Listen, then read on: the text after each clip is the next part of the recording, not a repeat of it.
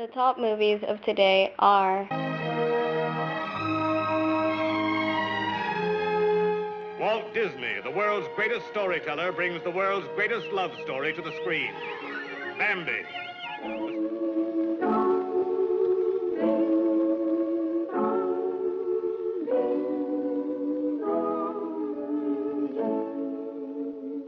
Oh, bells of St. Mary's.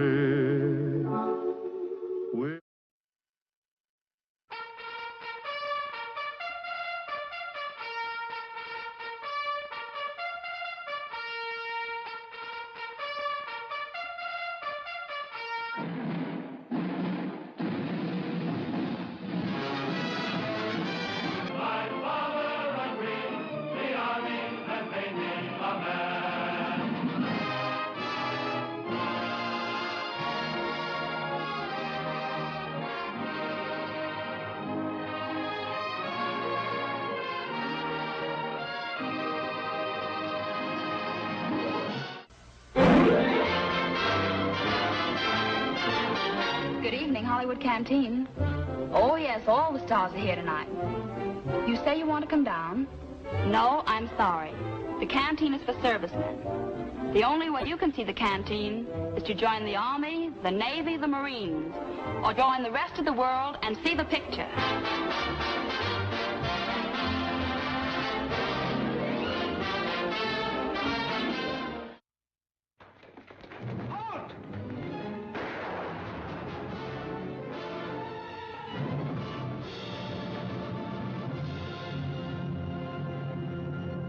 Casablanca, city of hope and despair, located in French Morocco in North Africa. The meeting place of adventurers, fugitives, criminals, refugees lured into this danger-swept oasis by the hope of escape to the Americas. After the Japanese attack on Pearl Harbor, Eisenhower was assigned to the General Staff in Washington, where he served until June 1942, with responsibility for creating the major war plans to defeat Japan and Germany. He was appointed Deputy Chief in charge of Pacific Defenses under the Chief of War Plans Division. Then he was appointed Assistant Chief of Staff in charge of Operations Division under Chief of Staff General George C. Marshall.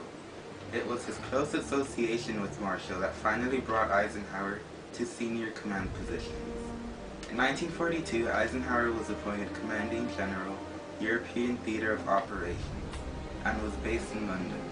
In November, he was also appointed Supreme Commander Allied Force of the North African Theater of Operations.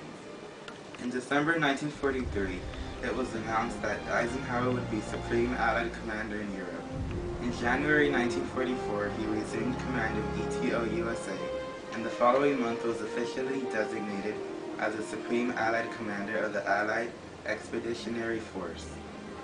As recognition of his senior position in the Allied Command, on December 20th, 1944, he was promoted to General of the Army, equivalent to the rank of Field Marshal in most European armies. In this and the previous high commands he held, Eisenhower showed his great talents for leadership and diplomacy. Eisenhower served as Chief of Staff of the U.S. Army from 1945 to 1948. Mexican Americans were many of the racial groups that fought in every major battle on the European front in World War II. During World War II, between 250,000 to 500,000 Mexican Americans served in the armed forces. This comprised about 2.3% to 4.7% of the entire armed forces. Since Mexicans were integrated into white population census count, the exact number that participated in the war is unknown. When the United States officially declared war on December 7, 1941, many Mexican Americans joined the Army, Navy, and Marine Corps as volunteers or through the draft. Even in the U.S., many Mexican American women joined the Army Auxiliary Corps and women accepted for volunteer emergency service. In the organizations, many served as nurses or as workers in manufacturing plants that made munitions and materials for men at war. It is estimated that more than 9,000 Mexican Americans died in World War II. However, the specific number is unknown since there is lack of official documentation.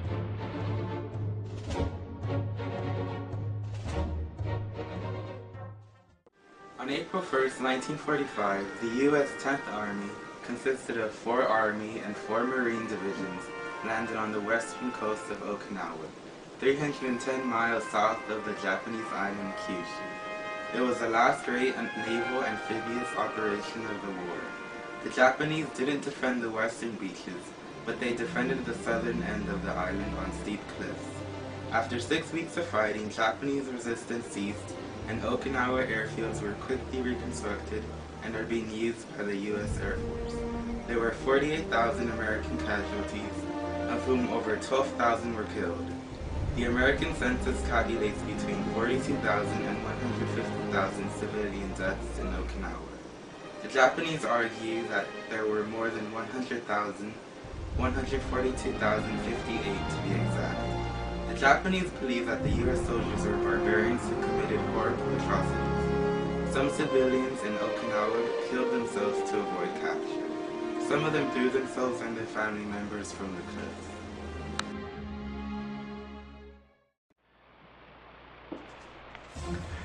During World War II, General George C. Marshall, as Chief of Staff, organized the largest military expansion in U.S. history so far.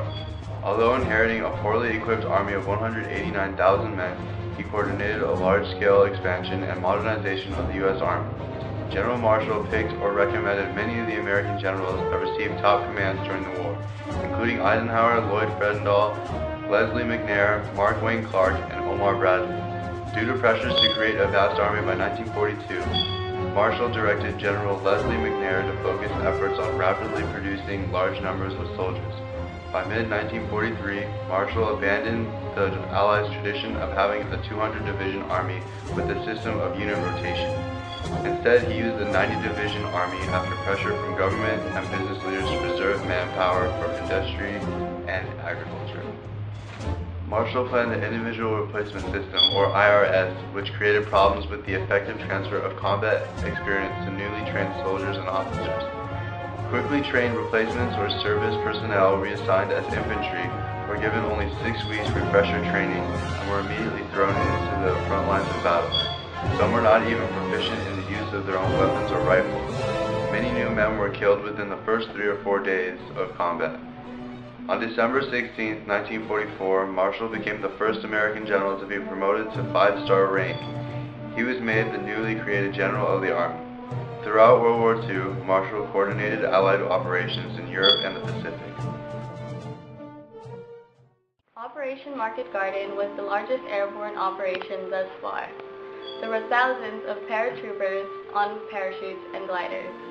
Our goal was to secure bridges across rivers of German-occupied Netherlands so that the Allied armies could advance rapidly northwards and turn right into the lowlands of Germany, skirting the Siegfried Line, the German defense line, and encircle the rural area, Germany's industrial heartland.